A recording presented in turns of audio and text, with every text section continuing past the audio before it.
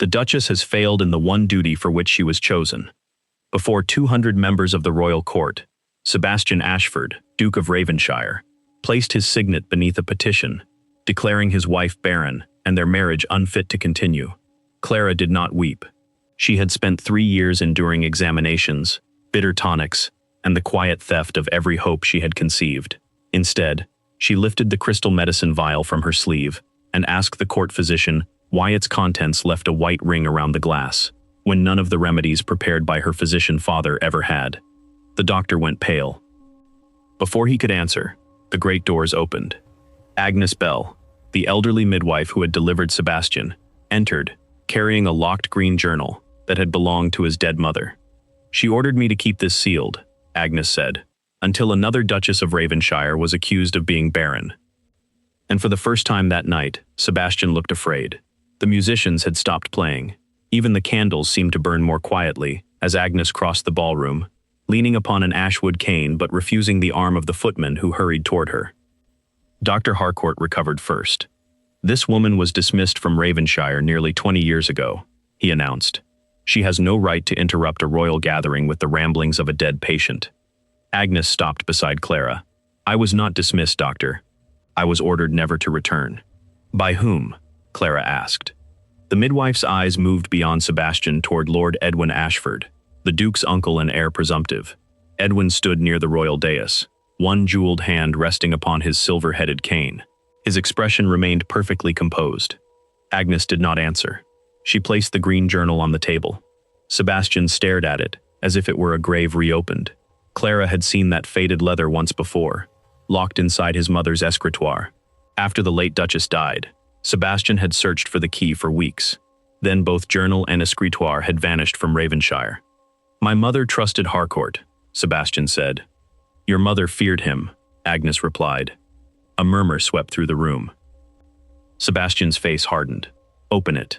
From a seam inside her sleeve, Agnes withdrew a narrow brass key. It entered the lock without resistance. The clasp sprang apart with a small metallic click. Agnes turned the first pages carefully. Several leaves had been cut from the binding, their ragged edges still visible near the spine. She stopped at an entry written in a trembling hand and angled it toward the candlelight. Clara recognized the handwriting from the few letters Sebastian's mother had left behind. Agnes read aloud. The sweetness remains upon the glass after the draught is gone. Mrs. Bell says no strengthening cordial should leave such a mark. I have begun hiding each third dose beneath the ivy outside my window, and my bleeding has lessened. Clara's fingers closed around her own vial. Dr. Harcourt stepped forward. A grieving woman's private suspicions prove nothing. No, Clara said, but a repeated symptom may. Sebastian looked from the journal to the vial in her hand. For one brief instant, uncertainty broke through his anger. Then Lord Edwin approached and placed a steadying hand upon his nephew's shoulder. This spectacle changes nothing, Edwin said. The Duchess has produced no heir. Ravenshire cannot be governed by superstition and an old woman's accusations. Clara turned toward the petition. She had been so focused upon the public charge that she had not examined the smaller writing beneath Sebastian's seal. She drew the document closer. The petition did more than announce Sebastian's intention to seek a dissolution. It required Clara to leave Ravenshire House before sunrise, surrender every household key, and permit the Duke's trustees to take possession of her private correspondence, medical records, and personal cabinets. One trustee was Dr. Harcourt. The other was Lord Edwin. Clara looked at Agnes. Who removed the missing pages? I do not know, the midwife replied. They were already gone when your mother-in-law entrusted the journal to me. And when was that? The night before someone tried to burn her rooms.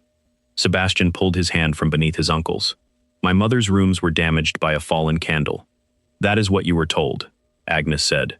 Clara returned her attention to the petition. If she obeyed, Harcourt would possess every vial she had saved, and Edwin would control every record that might reveal who ordered the medicine. By morning, the journal could disappear again, and her disgrace would make any later accusation sound like vengeance. She lifted Sebastian's pen, but she did not sign. Across the bottom of the petition, Clara wrote a single sentence in a firm hand. I will surrender my title when the Duke explains why his trustees require possession of the evidence before examining it. Then she pressed her wedding ring into the warm sealing wax. Sebastian read the sentence.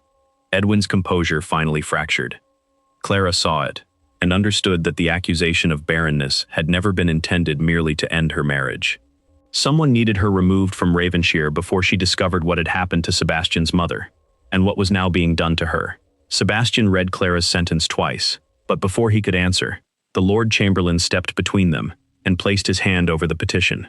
No document bearing the royal household's witness will leave this room while its supporting evidence is disputed. At his order, 2 clerks brought separate wooden cases. Clara's vial was wrapped in linen, sealed inside the first case, and marked with her initials, Sebastian's signet, and the Lord Chamberlain's seal. The green journal went into the second. Dr. Harcourt objected that private medical property was being unlawfully seized, but his protest only made the watching courtiers more suspicious.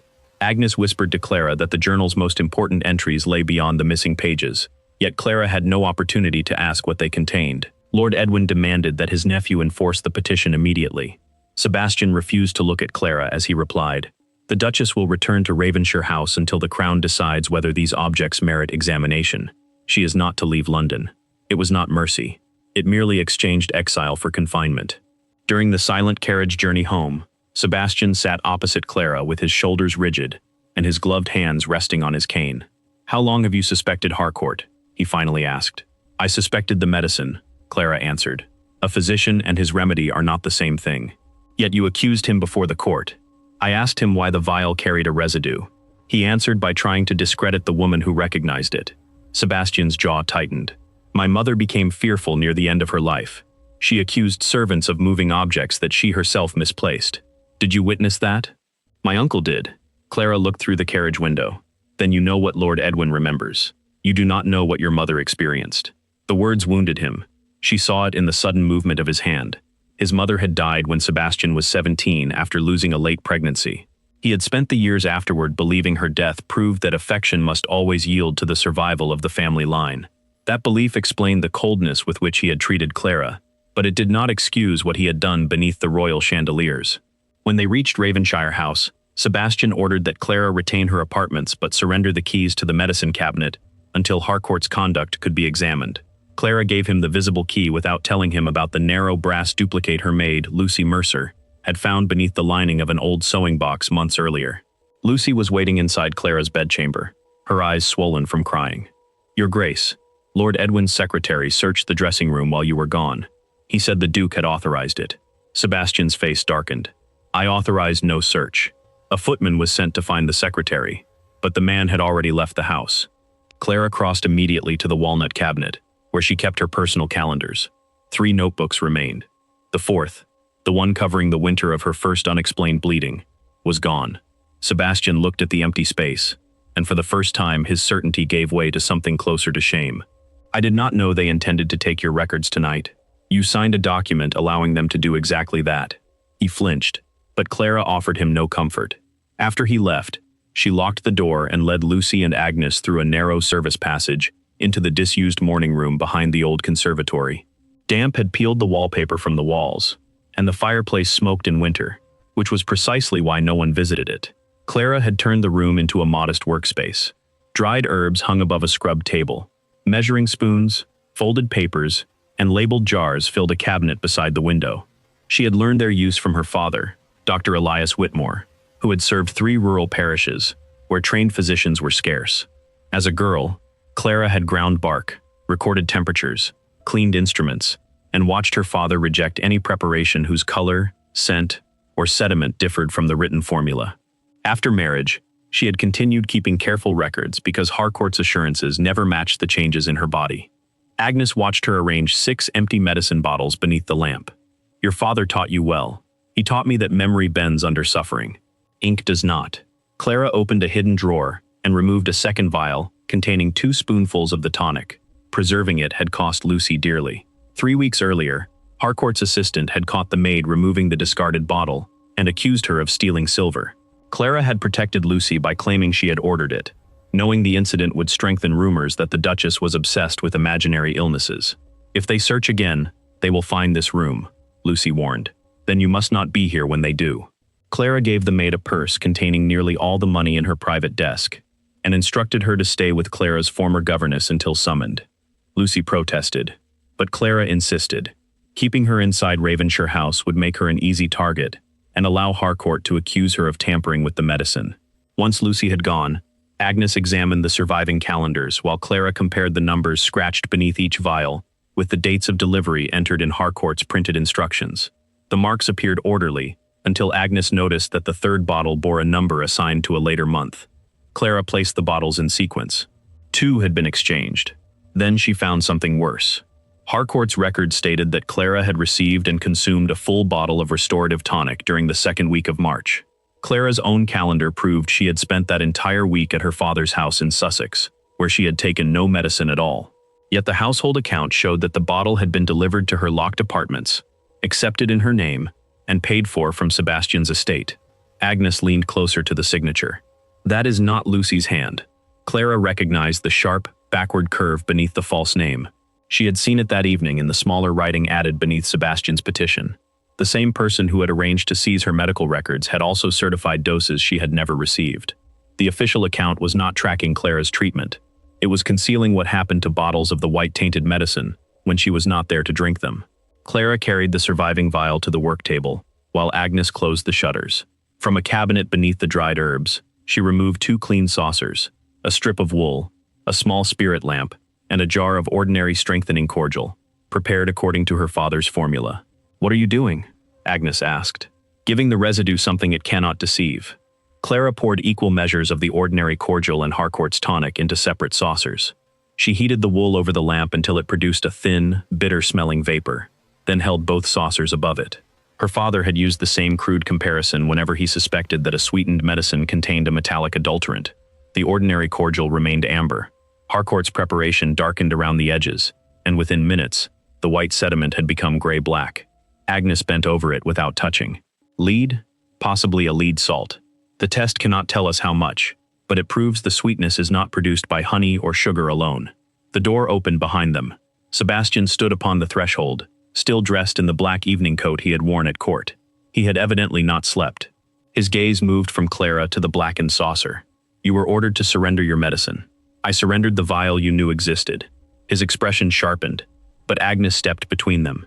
If your wife had obeyed every order given by the men in this house, she might already be dead. Sebastian ignored the rebuke and approached the table. Clara repeated the test in front of him, this time allowing him to choose which saucer received which cordial. Again, only Harcourt's tonic darkened. Sebastian watched the change in silence. "Could you have added something to the vial yourself?" he asked. The question hurt more because he asked it quietly. "Yes," Clara replied. "So could Agnes. So could Lucy. That is why this proves contamination, not the identity of the person responsible." His eyes lifted to hers, surprised by her refusal to claim more than the evidence allowed. What would repeated doses do? Pain in the abdomen, weakness, confusion, trembling, bleeding in a woman carrying a child. Perhaps death if enough were taken. Sebastian's face lost color at the word child. Clara turned the empty bottles so that the scratched numbers faced him. "These are not dates. They are preparation numbers. My father marked his medicines in the same manner so that a spoiled ingredient could be traced to every patient who received it." Sebastian summoned the house steward and ordered him to bring the dispensary accounts. The man returned 20 minutes later, accompanied by Dr. Harcourt and Lord Edwin.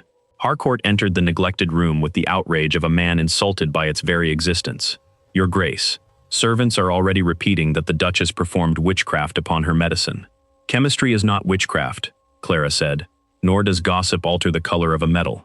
Harcourt glanced at the darkened saucer before composing himself. He claimed that harmless mineral salts were commonly added to restorative preparations, and that Clara's weakened nerves had driven her to interpret ordinary treatment as an attack. Edwin supported him with calm precision. "The entire court witnessed my niece invent a conspiracy to avoid the consequences of her condition. Every hour this continues causes greater injury to the Ravenshire name." Clara refused to answer the insult. She opened the dispensary ledger and searched for the number carved into the glass. Batch C17 appeared on a page dated 6 weeks earlier. 54 bottles had been prepared. 6 were listed for the Duchess. The remaining 48 had been purchased by the Ravenshire Women's Relief Fund and sent that morning to the estate infirmary for distribution among pregnant tenants and nursing mothers. "Where is the delivery wagon?" Clara asked. The steward checked the hall clock. It was meant to leave at 8. The hands showed 17 minutes past. Clara closed the ledger. "Then send a rider after it." Harcourt seized the book. "You have no authority to halt charitable medicine on the strength of a parlor trick." "She has mine," Sebastian said. Edwin turned toward him. "Nephew, consider what you are doing. I am preventing 48 women from drinking a substance that just turned black before my eyes. If Harcourt is correct, no harm will follow from a delay." A groom overtook the wagon before it reached the northern road. When the crates were returned to the courtyard, Clara insisted that the steward, Sebastian, Harcourt, and 2 neutral household witnesses be present while one was opened. 48 bottles lay beneath the straw, each marked C17. Clara selected one from the center, so no one could claim she had chosen a prepared sample. Its contents darkened under the same test, though less rapidly than the liquid from her private vial. The amount in the charity bottle produced a gray stain. Clara's medicine became almost black. "The entire batch is adulterated," she said. "But mine contains a greater concentration." Harcourt declared that different storage conditions could explain the variation. Clara examined the corks. The charity bottles were covered with circles of brown paper and tied with plain linen thread. Her private bottles had been resealed with blue paper and a distinctive waxed red cord. At the bottom of the returned crate, half hidden beneath the straw, she noticed a short piece of that same red cord tied around a small wooden tally marker. The marker carried 48 knife cuts on one side and 6 deeper cuts on the other. A delivery clerk explained that such markers traveled with split orders, so the warehouse could verify how many bottles belonged to each destination. Harcourt reached for it, but Clara stopped him. "It must remain with the steward and be sealed in the presence of the witnesses." Sebastian ordered the steward to place the tally marker, the chosen charity bottle, and one of Clara's empty bottles in a locked dispatch box. Each witness pressed a separate seal across the lid. Edwin watched the procedure without speaking. Harcourt, however, had already begun his counterattack. Before noon, rumors spread through Mayfair that Clara had deprived poor expectant mothers of essential medicine merely to support her desperate claim of being poisoned. Invitations were withdrawn. 2 patronesses resigned from the relief fund. By afternoon, the Crown requested a formal explanation for the halted shipment. Clara knew the pressure was designed to force Sebastian to release the bottles or disavow her publicly.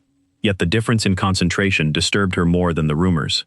A careless apothecary might contaminate an entire batch, but carelessness would not explain why 6 bottles had been removed, opened, strengthened with more of the same dangerous substance, resealed in different paper, and delivered specifically to her rooms. Someone had taken a tainted charitable cordial and deliberately transformed Clara's private supply into something far more lethal. By evening, the Crown's request had become an order. The 48 bottles were to be examined by an independent apothecary before noon the following day, and Ravenshire House was forbidden to remove, destroy, or distribute anything from batch C17. Lord Edwin immediately proposed Dr. Harcourt as the Duke's representative during the examination. Clara was excluded on the grounds that a wife disputing her husband's medical petition could not be considered an impartial witness. She did not protest. Instead, she spent the night preparing a precise account of the 2 cordials, the amounts tested, the time required for each sample to darken, and the names of everyone who had witnessed the procedure. Sebastian found her at dawn in the old morning room, copying the final page while Agnes slept in a chair beside the cold fireplace. "Harcourt says your method was uncontrolled," he said. Clara sprinkled sand over the wet ink. "Then he should be able to explain which part was uncontrolled. He says the smoke from the wool may have contaminated the saucers. Both saucers were exposed to the same smoke. Only one changed." Sebastian glanced at the rows of figures. "You recorded the minutes. Memory is generous to whoever speaks last. Numbers are less courteous." Something unfamiliar entered his expression.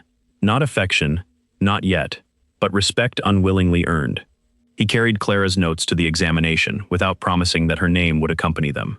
2 hours later, Mr. Nathaniel Pembroke, an apothecary appointed by the royal household, confirmed that every tested bottle contained a sweet metallic compound unsafe for repeated consumption. He could not determine whether the contamination had been accidental without inspecting the place where the batch had been prepared. But his report stated that Clara's 6 bottles contained nearly 3 times the residue found in those intended for the relief fund. The result should have vindicated her. Instead, Harcourt returned to Ravenshire House holding a public statement that praised his own vigilance. According to the document, Dr. Harcourt had noticed an irregular sediment, advised the Duke to recall the shipment, and designed the comparison that revealed the contamination. Clara was mentioned only as the anxious patient whose medicine had first drawn his attention. Sebastian read the statement in his library while Harcourt and Edwin waited across the desk. "You told me her test was meaningless," Sebastian said. Harcourt smiled carefully. I feared the Duchess had conducted it incorrectly. Once I repeated the procedure under proper conditions, I recognized its value. What material did she heat? Harcourt hesitated.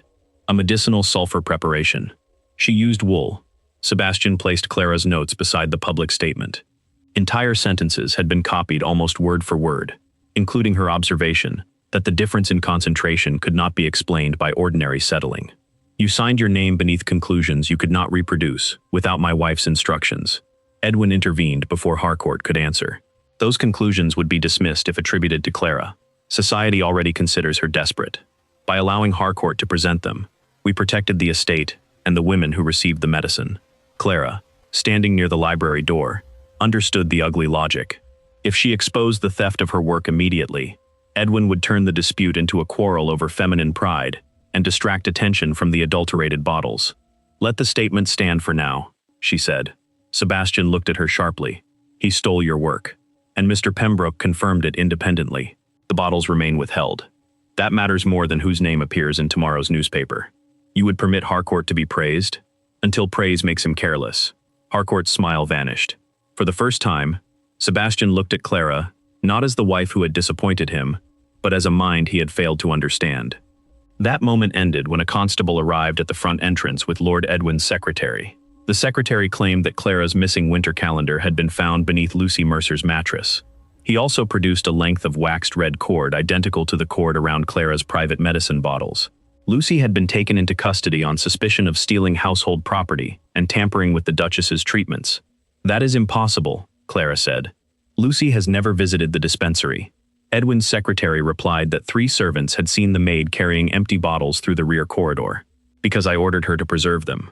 The constable asked whether Clara was admitting that she had concealed medical property from her husband's physician. Sebastian stepped forward, but Clara answered first. Yes. Agnes caught her wrist. The admission strengthened Harcourt's claim that Clara had manipulated the evidence, but denying it would leave Lucy defenseless. Clara explained the hidden workroom, the duplicate key, and the money she had given Lucy to leave the house.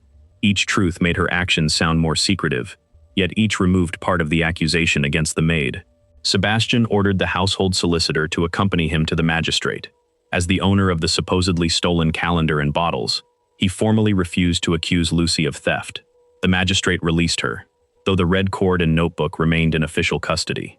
When they returned after dark, Sebastian stopped Clara at the foot of the staircase. You knew what that admission would cost you. Lucy obeyed me. I would not purchase my reputation with her freedom. His voice lowered. I have known men celebrated for courage who would not have done what you did today. Clara met his eyes. Do not admire me in private while permitting Harcourt to disgrace me in public. He had no answer. She walked past him, leaving him alone beneath the portrait of his mother.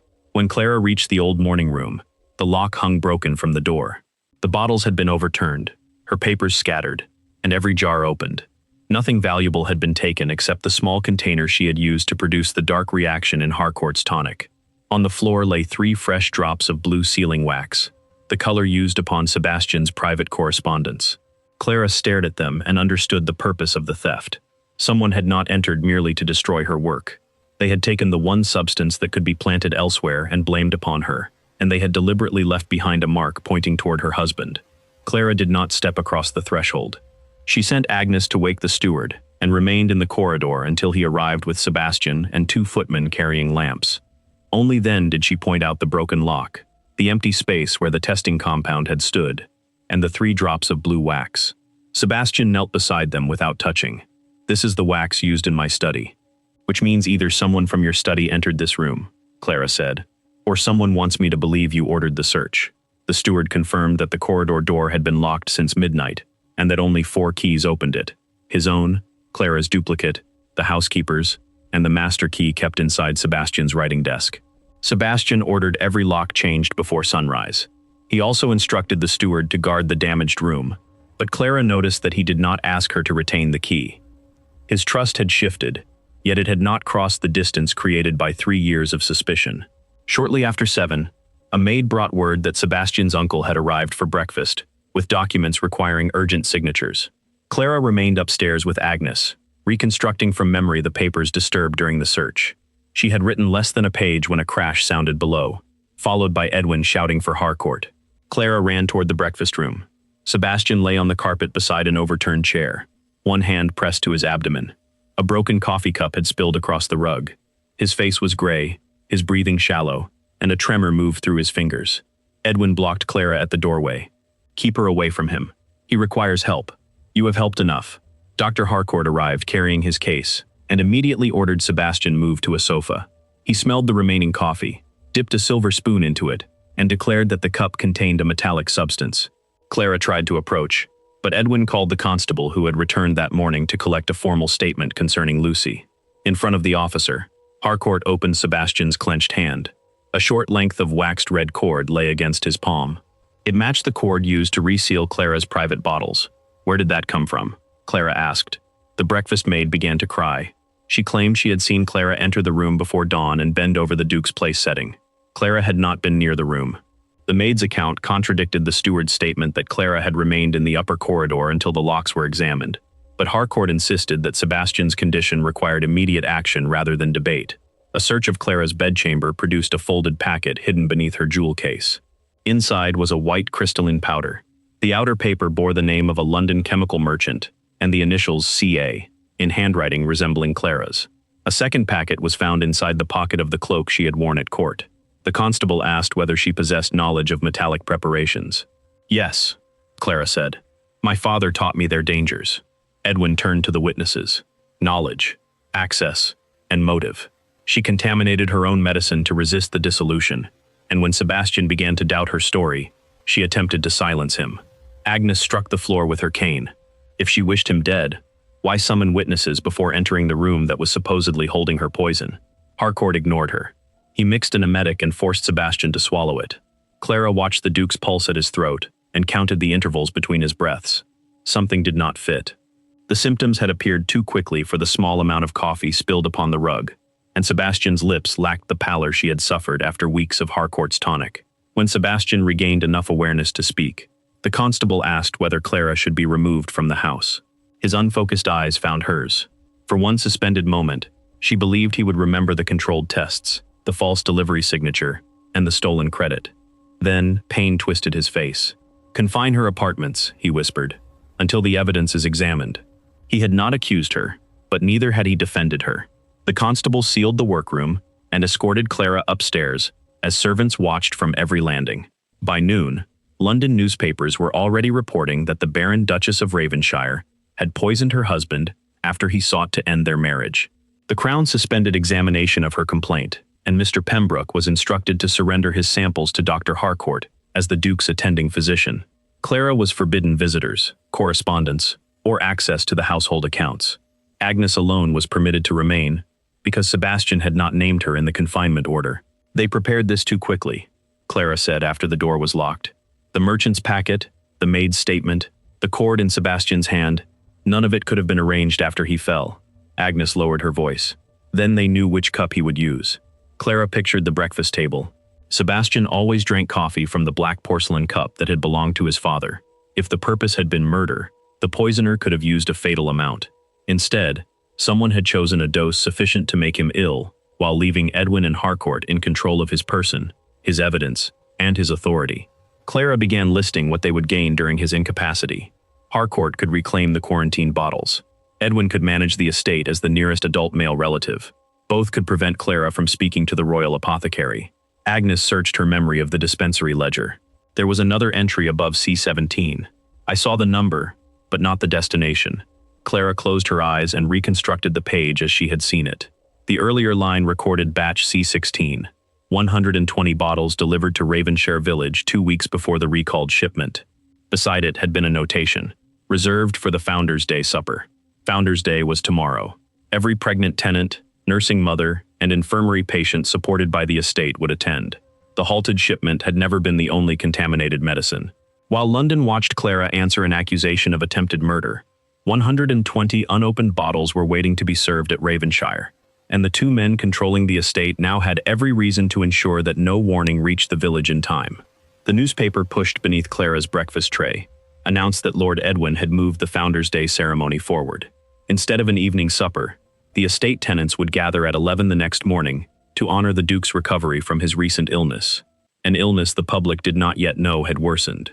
Clara calculated the distance from London to Ravenshire. 63 miles, 4 posting stages, at least 8 hours in darkness if the roads remained dry. By the time Edwin's new schedule reached the house, the cordial would already be poured. Clara rang for a servant and demanded to see Sebastian. No one came.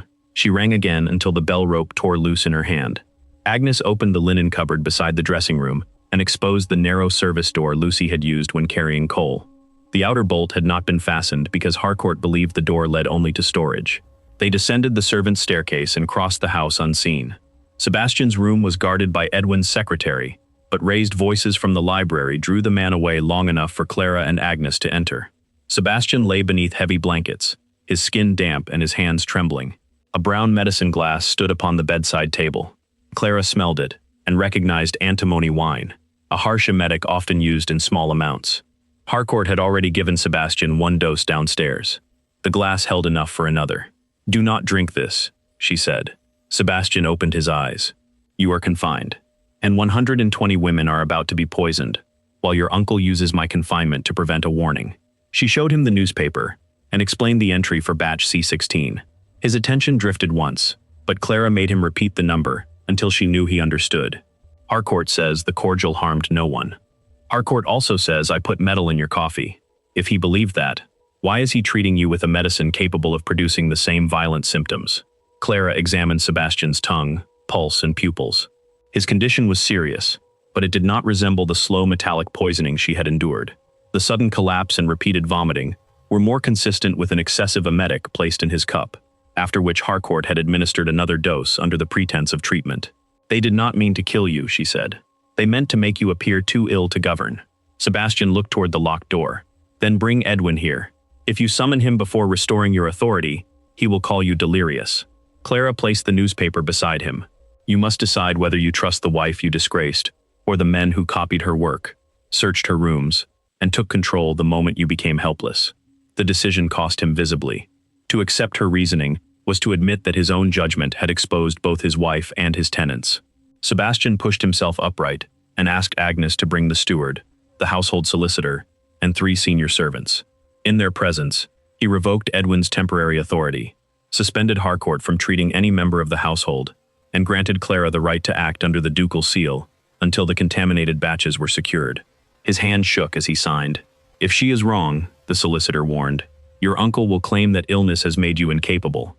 The Crown may appoint trustees over Ravenshire." Sebastian pressed his signet into the wax.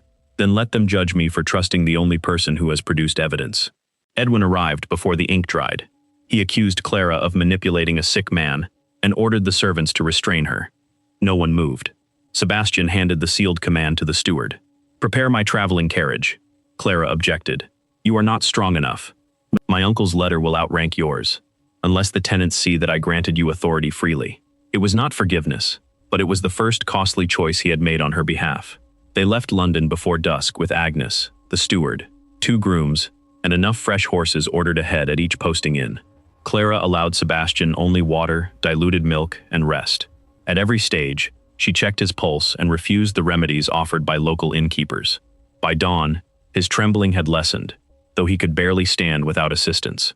The carriage reached Ravenshire shortly after 9.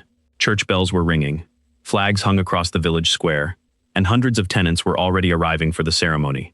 A servant from the great hall ran toward the carriage before it stopped. "Your Grace, 3 kitchen maids have fallen ill." Inside the servants' room, Clara found 5 people doubled over with abdominal pain. 2 were vomiting. Another had become confused and could not remember her own name. The estate surgeon blamed spoiled meat and had begun preparing a lancet. Clara stopped him. All 5 had tasted the sweet cordial while filling the ceremonial punch urns. None had eaten the same breakfast. She ordered the lancet put away, had the patients moved into fresh air, and instructed the kitchen to bring milk, egg whites, clean water, blankets, and charcoal from the stove. She did not promise a cure. She focused upon preventing further exposure and supporting those who remained conscious until an independent physician could arrive. In the great hall, 2 silver punch urns stood ready, beneath garlands of ivy. Each contained enough cordial for more than 300 guests. Clara ordered the urns covered and guarded. The local steward refused, producing Edwin's written instruction that the drink must be served precisely at 11, as proof that the relief fund remained safe. Guests gathering outside had already heard the accusation against Clara, and several shouted that the Baron Duchess had come to destroy their celebration. Sebastian entered leaning upon Agnes's cane. His face was colorless, but his voice carried across the hall. "The Duchess speaks with my authority. Anyone who serves that cordial defies the Duke of Ravenshire." He removed his signet and placed it in Clara's palm before the entire household. The local steward surrendered his keys. Clara counted the bottles remaining in the storeroom. Only 96 were there. The tally sheet showed that 24 had been loaded onto estate carts at sunrise and sent directly to pregnant women too ill to attend the ceremony. The cottages were scattered across 6 villages, the farthest nearly 12 miles away. Some recipients might drink the cordial as soon as it arrived. Clara spread an estate map across the banquet table and divided the destinations among the available riders. Each man received a written warning bearing Sebastian's seal and instructions to seize every unopened bottle, identify anyone who had swallowed a dose, and send the sick to Ravenshire Hall. Agnes would remain with the kitchen servants. Sebastian would order the church bell rung continuously to summon families away from their homes before the carts arrived. Clara took the northern route herself because it included the isolated mill cottages where no village bell could be heard. As the first riders thundered from the courtyard, the clock above the hall struck 10. They had 60 minutes to recover 24 bottles from 6 villages before the planned toast, and no way to know how many had already been opened. Clara's carriage reached the first northern cottage 12 minutes after 10. The bottle stood unopened beside a loaf of bread, and the expectant mother surrendered it as soon as she saw Sebastian's seal. At the second cottage, an elderly woman had poured the cordial into a cup for her daughter, but the church bell began ringing before the young woman drank. The third bottle had already been opened. Mrs. Hannah Cole, 7 months with child, lay sweating upon a narrow bed, while her husband held the half-empty glass in a shaking hand. Clara smelled the same unnatural sweetness she had endured for 3 years. She ordered the remaining cordial sealed, asked exactly how much Hannah had swallowed, and treated her as she had treated the servants at the hall. Clean water in measured amounts, milk and beaten egg white, warmth, fresh air, and no additional medicine, unless its contents were known. Hannah's pulse remained rapid, but she was conscious when Clara left her in the care of the village midwife. At the fourth cottage, Clara found Sebastian's light carriage waiting outside. He had followed despite her instruction to remain at the hall. "You can scarcely stand," she said, as he descended with help from a groom. "My name placed those bottles in their hands. Your uncle's order moved them. My seal funded them. My indifference permitted him to act without examination." Sebastian looked toward Hannah's cottage. "Did she drink it?" "Half a cup. We may have reached her soon enough, but I cannot promise what it will do to her child." The words struck him. For several moments he said nothing. Then he asked, "Were there children before?" Clara understood what he meant. 2 beginnings. Neither survived long enough for anyone but Lucy and me to know with certainty. Harcourt called the bleeding proof that I had imagined both. Sebastian closed his eyes, and I believed him. "Yes. Why did you never tell me?" Clara's voice remained level. "I tried. You sent every letter concerning my health to Harcourt, because you said such matters disgusted you." Shame moved across his face. He did not reach for her or ask forgiveness. "My mother died carrying a child she did not want," he said. "I was 17. My uncle told me Ravenshire needed a second son in case I failed. I repeated his words to her. She became pregnant within the year and died before the child drew breath." His confession explained the terror beneath his obsession with succession. Sebastian had transformed guilt into duty, because duty was easier to endure than admitting his own part in his mother's suffering. Clara did not soften the truth for him. "Then you knew what it meant for a woman's body to be treated as family property, and you did the same to me before the entire court." "I did." His acceptance was quiet and without defense. "If we survive this, I will correct it where I caused it. First, ensure there are women left to hear you." They continued together. Sebastian's presence opened doors that Clara's written authority alone might not have opened, while her knowledge identified which recipients required immediate care. By 10:30, they had recovered 7 northern bottles and located every woman on the route. 2 had swallowed small amounts. Both remained conscious and were sent toward Ravenshire Hall under escort. At the final mill cottage, the bottle had not arrived. The miller's wife said the delivery cart had turned away from the main road and followed the lane toward the abandoned estate stillroom. That made no sense. The stillroom had been closed since the death of Sebastian's mother. Clara and Sebastian followed the cart tracks through an overgrown orchard. They found the vehicle empty beneath a pear tree and the driver unconscious nearby, blood drying above his ear. He revived long enough to say that a man wearing Edwin's livery had struck him and taken the final 3 bottles inside. The still-room door had been forced, but the rooms beyond remained orderly. Dust covered the tables, except for a clear path leading to a locked cabinet. Sebastian recognized it as part of his mother's old medical furniture. The key from the local steward's ring opened it. Inside were coils of waxed red cord, circles of blue paper, and a collection of wooden tally markers split lengthwise down their centers. Clara lifted one marked C16. One side bore 120 cuts. The reverse carried the initials RWRF, Ravenshire Women's Relief Fund. Beneath it lay a second tally marked C17, with 48 shallow cuts and 6 deeper ones. It was the matching half of the marker sealed in London. The split ran through a knot in the wood so irregular that no unrelated piece could fit it perfectly. Beside the tally lay an invoice charging the relief fund for honey, imported herbs, and refined sugar, ingredients never used in the bottles Clara had tested. A separate scrap recorded the purchase of white preserving salt from an industrial supplier at less than 1/10 the cost. The order had been approved with the initials E.A. Edwin Ashford, Sebastian said. Initials can be denied, Clara warned, but the split tally cannot. The half in London was sealed before this cabinet was opened. If the edges match, it proves the 6 private bottles and 48 charity bottles were divided from the same controlled order. Agnes had been right about the late Duchess's medicine as well. In the lowest drawer, Clara found a narrow strip of green paper torn from the missing section of the journal. It contained only 3 lines, but the handwriting matched the entries already held by the Crown. Edwin brought the new cordial himself. Bell poured it away. Harcourt demanded to know why the bleeding stopped. The remainder of the page had been burned. The surviving fragment did not prove the whole scheme, but it connected Edwin and Harcourt to the same pattern nearly 20 years earlier. Clara wrapped the fragment and the estate half of the C17 tally separately. Sebastian sealed both packets and handed them to Agnes, who had arrived with the Northern Riders. "Take these to Mr. Pembroke," Clara said. "Not to the house, not to Harcourt, and not to any official appointed by Edwin. Ride directly to London and place them in his hands with 2 witnesses present." Agnes concealed the packets inside her clothing and departed in the lightest carriage. Sebastian watched until she vanished down the orchard road. If my uncle learns what she carries, he will stop her. A floorboard creaked in the rear room. Clara turned. The 3 missing bottles stood open upon a table, their contents poured into a basin beside the stove. A fresh trail of muddy footprints crossed the floor toward the back door. Whoever had attacked the driver had remained inside long enough to hear their entire plan. From beyond the orchard came the rapid beat of a horse galloping south, not toward London after Agnes, but toward Ravenshire Hall, where every other bottle, witness, and patient had been gathered beneath one roof. Clara and Sebastian reached Ravenshire Hall to find armed constables surrounding the courtyard. Lord Edwin stood beneath the portico beside Sir Matthew Greaves, the county magistrate, while Dr. Harcourt directed servants to remove the patients from Agnes's care. The rider from the still room had arrived first. "There she is," Edwin called, "the woman responsible for this calamity." Greaves held up a warrant authorizing Clara's arrest for attempting to poison her husband, adulterating charitable medicine, and coercing a sick duke into granting her control of the estate. Sebastian descended before the carriage steps were lowered. "That warrant is founded upon lies."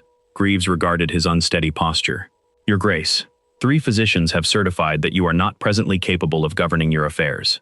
Harcourt had secured the signatures while Sebastian traveled through the night. Edwin had also produced the original separation petition, Sebastian's order confining Clara, and statements from servants claiming she had concealed bottles in a secret room. To the magistrate, the evidence formed a simple story. A desperate duchess had contaminated her own medicine, blamed innocent men, poisoned her husband when he resisted, and then used his illness to seize his seal. Clara asked to see the patients. Harcourt refused. "Your remedies have already endangered them. They became ill before I treated them. According to servants under your husband's control." A column of smoke rose behind the west wing. Someone shouted that the storeroom was burning. Clara ran toward it, but 2 constables seized her arms. Through the open doors, she saw flames consuming the crates of recovered cordial, the sealed punch urns, the delivery lists, and the clothing worn by the kitchen servants when they collapsed. The patients had been moved minutes earlier, so no lives were lost. But almost every physical sample at Ravenshire Hall was destroyed. Harcourt declared the fire an accident caused by a kitchen lamp. Clara smelled lamp oil from across the courtyard. A groom arrived from the London road leading Agnes's riderless horse. He had found the animal near a broken carriage 6 miles away. Agnes was alive but injured, and the packets concealed beneath her clothing were gone. Edwin expressed theatrical concern and ordered men to search for highway robbers. Within an hour, The estate half of the split tally, the green journal fragment, and the contaminated bottles had all disappeared. Edwin assembled the tenants in the Great Hall and announced that Clara's reckless interference had ruined the Founders' Day celebration. He claimed the 6 servants had eaten spoiled preserves and promised that the relief fund would continue under Harcourt's supervision. Several villagers protested because their wives had fallen ill immediately after drinking the cordial, but Greaves warned them against spreading accusations unsupported by surviving evidence. Sebastian stepped onto the dais before Edwin could dismiss the crowd. "The Duchess acted under my authority," he said. "She halted the first shipment before anyone drank it. She rode through the night to protect this estate, while I lay helpless beneath Harcourt's treatment.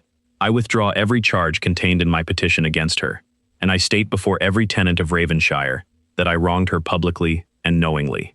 The admission silenced the hall. It also gave Edwin exactly what he needed. He argued that Sebastian's abrupt reversal proved his judgment had been compromised. Greaves invoked the physician's certificates and named Edwin temporary guardian of the estate until a crown commission could examine the Duke's competence. Sebastian could have preserved control by disavowing Clara. Instead, he removed the ducal signet from her palm and placed it upon the magistrate's table. "If retaining Ravenshire requires me to repeat a lie about my wife, you may hold the estate until London learns the truth." It was the first time he had chosen Clara at a cost greater than words. Greaves ordered both of them confined in separate rooms. Clara was to be transferred to the county jail after a public hearing the next morning. Sebastian faced removal to a private residence under Edwin's supervision. By sunset, Edwin controlled the servants, the correspondence, the money, and the surviving evidence. Clara sat alone in the late Duchess's former dressing room, while rain struck the windows. The same ivy mentioned in the journal climbed the outer wall. For 3 years, she had imagined that proving the medicine was poisoned would restore her freedom. Now the bottles were ashes, her ally lay injured, and the man who had finally trusted her had lost his authority because of it. A clerk brought a copy of the charges for her signature. Clara read every line before refusing. Halfway down the second page, she found a description of the evidence Edwin claimed she intended to fabricate. A severed green journal leaf, bearing accusations against Lord Edwin Ashford and Dr. Harcourt, together with one half of a split wooden tally purporting to correspond with batch C17. Clara read the sentence again. The warrant had been drafted in London at 9 the previous evening, and signed shortly after midnight. At that hour, Clara had not yet remembered batch C16. No one had known she would visit the abandoned still room. She and Sebastian had discovered the green fragment and the estate tally after 11 that morning. Edwin's rider could have reported their discovery before the arrest, but he could not have carried the information backward in time and placed it inside a warrant signed 11 hours earlier. Edwin had described the objects before Clara found them, because he already knew they were inside the cabinet. More importantly, he had called them fabricated, without claiming that the objects themselves were false. His entire victory now depended upon the court accepting that Clara had planted evidence in a locked room she did not know she would enter. The clerk reached for the unsigned charges. Clara folded the page closed. "Tomorrow, will Lord Edwin give evidence under oath?" He demanded the privilege. "And will he swear that he had no knowledge of the still-room cabinet before today?" That is the substance of his accusation. Clara returned the document and asked that Sebastian receive a single message. "Do not challenge your uncle. Let him explain everything first." Edwin's arrogance had caused him to prepare the accusation too early. If Clara could make him repeat that impossible timeline before the Crown's representative, his own certainty would become the first piece of evidence no fire could destroy. The hearing opened at 10 the following morning in the Great Hall, where Edwin had denounced Clara only hours earlier. Sir Matthew Greaves presided with 2 neighboring magistrates, a clerk representing the Lord Chamberlain, and Mr. Pembroke, who had arrived from London carrying the royal household's sealed dispatch box. Tenants filled the benches. The 5 poisoned servants sat together under the care of an independent village physician, while every recovered patient and unopened cottage bottle had been placed in a guarded chamber before the proceedings began. Sebastian entered without his signet and took a seat beside his solicitor. He obeyed Clara's message. He did not challenge his uncle, did not defend his own competence, and did not interrupt when Edwin attacked first. Edwin spoke for nearly half an hour. He described Clara as a humiliated wife who had used her medical knowledge to contaminate charitable medicine, fabricate a conspiracy, and poison the husband seeking to dismiss her. Harcourt supported every claim. He produced the merchant's packet marked CA, the red cord allegedly found in Sebastian's hand, and statements from the breakfast maid and Edwin's secretary. Finally, Edwin displayed the 2 packets stolen from Agnes. He called the green journal fragment and split tally Crude forgeries prepared by the Duchess to implicate innocent men. Clara waited until he swore that he had never entered the abandoned still room, never opened the late Duchess's cabinet, and possessed no knowledge of either object before they were recovered from Agnes. Only then did she rise. "At what time did you request the warrant for my arrest?" Edwin smiled. "Shortly after the Duke removed you from confinement. That occurred yesterday morning. Yet the warrant was drafted the previous evening." Greaves examined the clerk's endorsement. The first page bore the London magistrate's time, 9 o'clock. The final seal had been applied 12 minutes after midnight. Clara asked the charges to be read aloud. The hall grew quiet when the clerk reached the description of a severed green journal leaf and one half of a split C-17 tally. "Those objects were found at 11 yesterday morning," Clara said. "Lord Edwin's rider did not reach Ravenshire Hall until afternoon. How did a London clerk describe them more than 11 hours before Sebastian and I opened the cabinet?" Edwin claimed an anonymous servant had warned him that Clara intended to plant such objects. "Which servant?" "A frightened member of the household who requested protection." "Then that servant knew what was hidden inside a locked cabinet at a still room closed for 20 years. Your sworn statement says no one knew the cabinet's contents." Edwin altered his answer. He suggested Clara must have visited the still room earlier and arranged the evidence herself. Clara turned to the estate steward. He testified that the only cabinet key had remained on his ring until Sebastian requested it in front of 6 witnesses. Dust on the floor had shown only one fresh path before their arrival, the path of the man who attacked the delivery driver. "If I planted the objects," Clara asked Edwin, "why did your agent strike the driver, open the remaining bottles, hide inside the building, and then ride directly here?" Edwin denied employing the rider. Clara called the injured driver, who identified Edwin's secretary as the man who had redirected the delivery cart and worn his master's livery.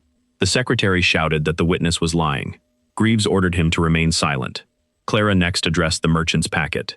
She did not deny that the initials resembled hers.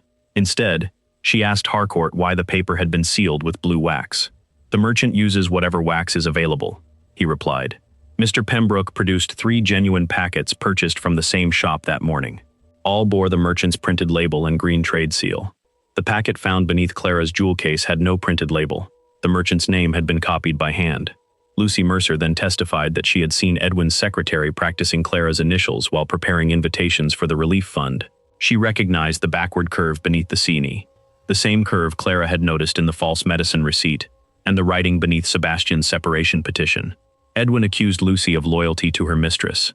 Clara agreed that loyalty could affect memory, which was why she did not ask the magistrates to rely upon memory alone. Sebastian's solicitor produced the original petition. The clerk placed it beside the packet. The C, the A, and the unusual backward curve were identical. The breakfast maid began sobbing before Clara questioned her. She admitted that Edwin's secretary had promised to pay her mother's debts if she claimed to have seen Clara near Sebastian's coffee. The red cord had been placed in the Duke's hand after he collapsed. Harcourt called the confession coerced, but Clara turned to him. "You testified that my husband suffered the same metallic poisoning found in the cordial. Why did you then give him antimony wine, which produces sudden vomiting and collapse?" Harcourt replied that an emetic was the accepted treatment. 1 dose may have been. Why was a second full dose waiting beside his bed after his stomach was already empty? He could not answer. Clara explained that Sebastian's rapid recovery began only when Harcourt's medicine was withheld. The purpose had not been to murder the Duke, but to make him appear incapable, while Edwin assumed control. Greaves asked what Edwin stood to gain beyond temporary authority. Clara directed the clerk to the relief fund invoices recovered before the fire. For years, the fund had paid for costly honey, sugar, and imported herbs. The bottles contained none of them. A cheap metallic sweetener had replaced the purchased ingredients, while the difference disappeared into accounts administered by Edwin. When Clara began asking questions about her own medicine, Harcourt intensified 6 bottles from the charitable batch. Preventing an heir protected Edwin's place in the succession. Discrediting Clara protected the financial fraud. Edwin laughed and held up the estate tally. "This proves nothing. Any piece of wood can be cut and marked after the fact." "You are correct," Clara said. "1 half alone proves very little." She asked Mr. Pembroke to place the royal dispatch box upon the magistrate's table. Its seals were examined. Clara's initials, Sebastian's signet, the steward's mark, 2 household witnesses, and the unbroken seal of the Lord Chamberlain. The box had remained in official custody since the 48 bottles were recalled in London, before Clara knew the estate still room existed. Inside lay the original green journal, and the first half of the C-17 tally found in the returned crate. Edwin's confidence finally faltered.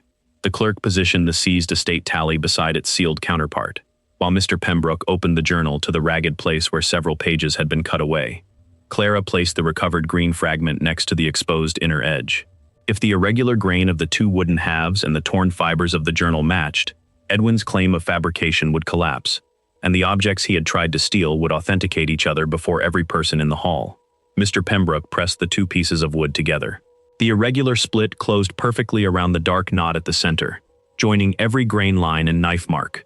The 48 shallow cuts and 6 deeper cuts aligned across both halves without deviation. No craftsman could have produced that match after one piece had been sealed in London. The green fragment yielded the same result. Its torn fibers entered the ragged edge of the late Duchess's journal, while the faded ruling, watermark, and handwriting continued naturally across the divide. Silence spread through the hall. Edwin stepped backward. She must have removed the fragment before the journal was sealed. Impossible, Clara said. The journal was locked when Agnes Bell entered the royal ballroom. The Lord Chamberlain watched her open it, then sealed it before I touched a single page. Agnes entered through the rear doors with a bandage around her temple.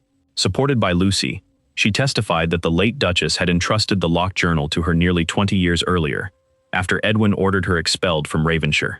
She had kept the key sewn inside her sleeve ever since. The journal revealed the beginning of the scheme. Edwin had discovered that Harcourt could cheaply sweeten inferior cordial with a soluble lead compound, while charging the relief fund for honey, refined sugar, and imported herbs. They divided the stolen money. When Sebastian's mother began examining the accounts, Harcourt placed a stronger concentration in her private medicine. Agnes secretly poured away several doses, and the late Duchess's bleeding stopped. Before she could expose them, Edwin removed pages from her journal and set fire to her apartments. Years later, when Clara began questioning her own treatment, the same method was used again. Batch C-17 had been deliberately divided. 48 contaminated bottles were assigned to the relief fund. 6 were reopened, strengthened, resealed with blue paper and red cord, and delivered to Clara. Harcourt then falsified her medical reports, describing 2 early miscarriages as proof that she had never conceived. Edwin needed Clara declared Barren because he remained Sebastian's heir if the Duke died without a child. He also needed her expelled before she uncovered the charity fraud. When Sebastian began believing her, Harcourt placed an excessive emetic in his coffee, then administered another dose as treatment. Edwin used the resulting illness to seize control. The merchant's packets, false initials, red cord, breakfast maid, and stolen testing compound created the appearance that Clara had poisoned both herself and her husband. Mr. Pembroke opened one of the untouched cottage bottles recovered under guard. Before the magistrates and tenants, he repeated Clara's comparison. The liquid darkened. He then examined the official invoices and confirmed that the listed ingredients could not have produced the metallic residue. Edwin attempted to leave. Greaves ordered the constables to stop him. Harcourt ran toward the servants' passage, but was caught by the poisoned kitchen maid's husbands. Edwin's secretary, seeing his master detained, confessed to planting the packets, forging Clara's initials, attacking the delivery driver, stealing the evidence from Agnes, and setting fire to the storeroom. The breakfast maid was released after admitting she had lied to protect her mother from debt collectors. Edwin, Harcourt, and the secretary were committed for trial on charges, including fraud, conspiracy, poisoning, arson, assault, perjury, and interference with royal evidence. The magistrates revoked Edwin's guardianship immediately. The Crown later restored every stolen pound to the relief fund from his seized property. Harcourt lost his license and, with Edwin, received a lengthy prison sentence. The secretary's cooperation reduced his punishment, though it did not erase his crimes. All 5 kitchen servants recovered. Hannah Cole survived, and months later delivered a healthy daughter whom she named Clara Agnes. Sebastian's authority was restored, but he did not reclaim his signet from Clara's hand. Before the assembled tenants, he faced the woman he had once reduced to a failed duty. I called you Barren without knowing the truth. I ignored your letters, surrendered your health to men I did not question, and publicly used your suffering to protect my pride. My guilt concerning my mother explains my fear. It excuses nothing. You saved my life, my tenants, and the honor I nearly sacrificed to men who understood duty less than you did. He withdrew the dissolution petition, but Clara did not accept that as sufficient repair. She required a public correction before the same royal court that had witnessed her humiliation. She also required independent control of her marriage settlement, permanent authority over the relief fund, the dismissal of every trustee appointed by Edwin, and the right to live separately if she chose. Sebastian agreed to every condition before asking whether she could forgive him. "Forgiveness is not a door you may order me to open," she said. "Then I will wait outside it," he replied. 3 weeks later, Clara stood beneath the same chandeliers where Sebastian had called her Barren. This time he did not stand before her. He stood beside her, while the Lord Chamberlain read the findings into the royal record. Sebastian then addressed the court himself. He declared that Clara had conceived twice, that Harcourt had falsified her records, and that his own accusation had been cruel, reckless, and false. When he finished, he surrendered the floor to his wife. Clara presented the Reformed Relief Charter in her own name. No one interrupted her. She did not return immediately to Sebastian's rooms. For 6 months, she lived in the East Wing, managed the infirmary, studied the recovered accounts, and watched what he did when gratitude was no longer being observed. Sebastian replaced the stolen funds from his personal income before Edwin's property was seized. He visited every family harmed by the cordial. He funded independent training for village midwives and never again approved a medical payment without Clara's board examining it. He courted his wife with patience rather than entitlement. One spring morning, Clara found him outside the old conservatory, repairing the broken lock of her workroom himself. He placed the new key in her palm. "There is only one," he said. "No master key? Not unless you choose to give me one." Clara closed her fingers around it. Then she unlocked the door and entered. Sebastian remained in the corridor, waiting. After a moment, she turned and extended her hand. Not because Ravenshire required an heir, not because society demanded reconciliation, but because he had finally returned the freedom to refuse him. "You may come in," she said. Sebastian crossed the threshold only after she stepped aside. On the table stood 2 clean crystal glasses. Neither contained bitter tonic. Clara poured tea into both, handed one to him, and kept the key beside her own cup.